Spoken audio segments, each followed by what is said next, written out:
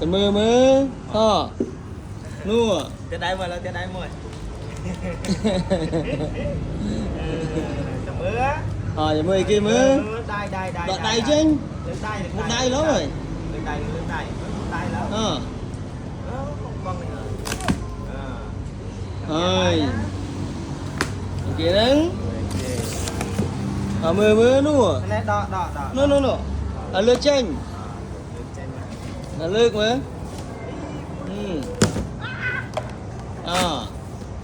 trên linh rồi đổ chùa mà khang thì hay chơi nhỏ không này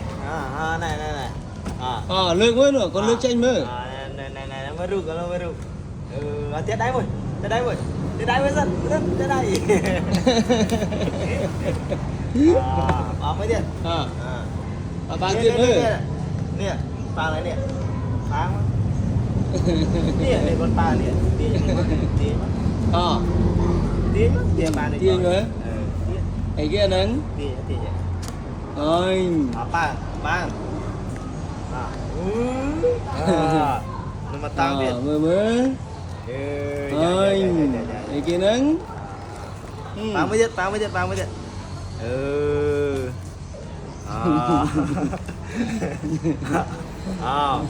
thế đây muối rộp muối rộp sân phí bầy kia nóng ơi thế đây muối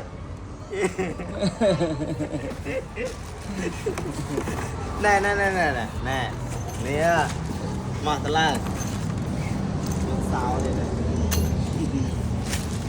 hay mẹ rụp bia nè mẹ rụp này nè cái nhón ơi cái kia nắng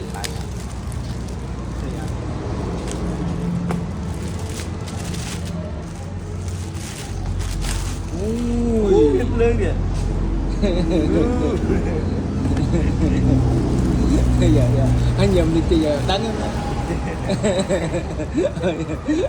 ồ ơi rồi chứ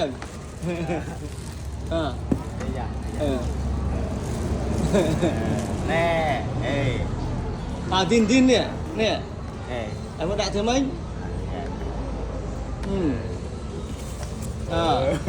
thế toàn đặng đi hết thế đặt sao dân này ê chụp dân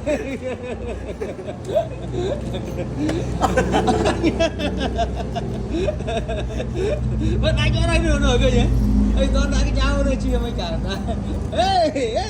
ê vô tôi này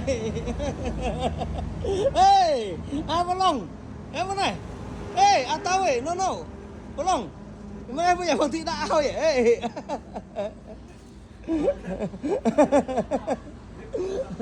ê vô bên này ê to tao nó chia mấy cả bây giờ tao buồn mở lên tao lang ở đây đa dân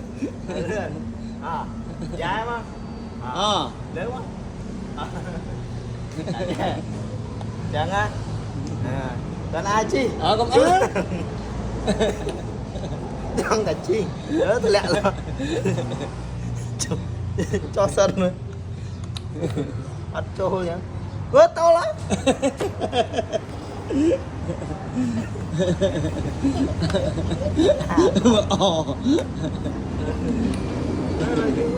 đã hay lớn chụp sân nó muốn luôn thì sân vậy bên thấy đọc mua chân đá nữa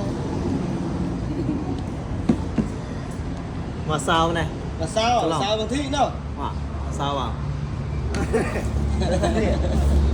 nè mua này là trang chi ra chả trang chi à mới trang chi ra chả nó bằng thị mua mà em à thôi chúng tôi chết đọc đá vừa tạm đó cái mua là chăng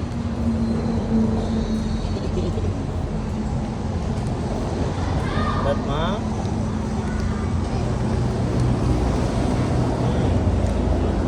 chả ai dám chết chút Con nào? Hả? Con sắp. Bàn. To, chia. Chia. Lang. Ngà đánh tục. Mệt đo đây. To.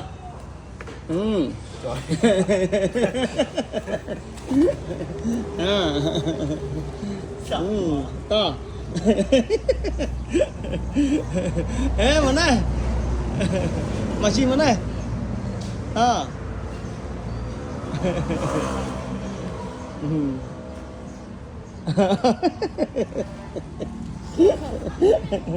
Sao chứ thiệt này. Ta chứ.